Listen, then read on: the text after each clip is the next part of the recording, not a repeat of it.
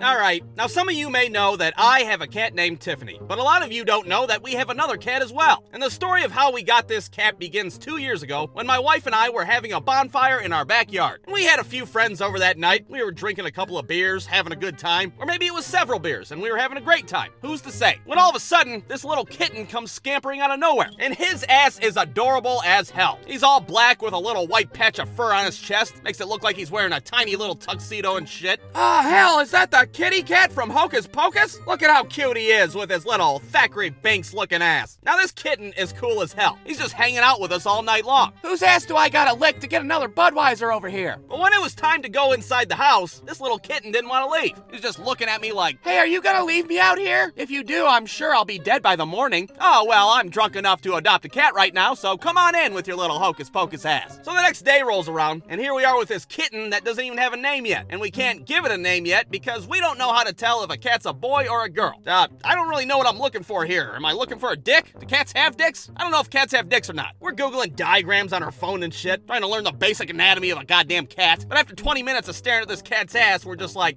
what do you think, a boy? Yeah, fuck it, we'll just say he's a boy. So now that that's established, we decide to name the cat Pooter. And if you don't like that name, well, you can kiss my ass because Pooter's a great name. And Pooter himself was a great cat. He'd hang out with us all the time in the living room. He'd just hang out on the couch, sitting all unnatural like a fucking stepdad watching NASCAR. Everybody loved Pooter the cat. Everybody except for Tiffany, that is. Tiffany couldn't stand his ass. But that was just because Tiffany was an asshole.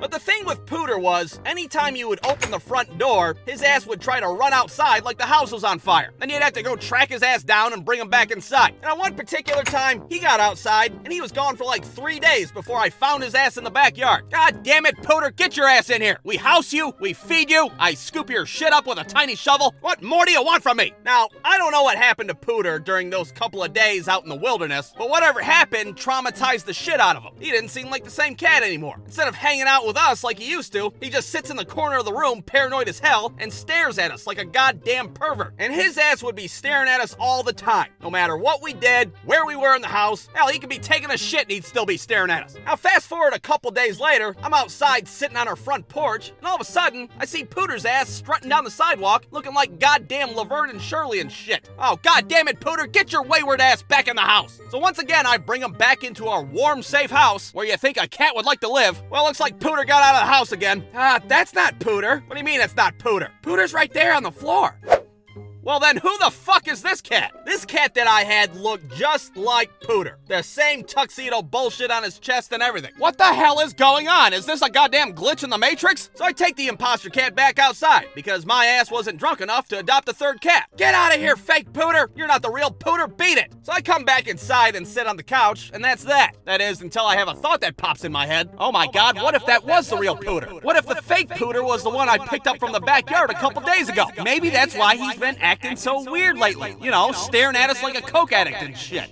Oh, I think I just fucked up. I don't think we got the real Pooter. What? What do you mean, like he's not a real cat? No, goddammit, I know he's a real cat. What if I found the wrong cat in the backyard and I just booted the real Pooter outside just now? Oh, don't be ridiculous. Look at him. He's the real Pooter. Then why the fuck's he keep staring at us like he's on methamphetamine? Are you the real Pooter? Huh? Blink twice if you're the real Pooter. Yeah, 911. Can you have somebody come out? My husband keeps interrogating our cat because he doesn't think he's real. So now we're in a very interesting predicament. Is this the real Pooter that's on the floor? Or did I boot the real Pooter out the door, never to be seen again? And the answer to that question is, I don't really fucking know. It's been 2 years since then, and neither of us can say for sure. I mean, my wife thinks that there's a 95% chance that we do indeed have the real Pooter, but I'm not buying it. So now every time that he stares at me, I stare right back at his ass. Because I know that he knows that I know that he's not the real goddamn Pooter. Brewstew.com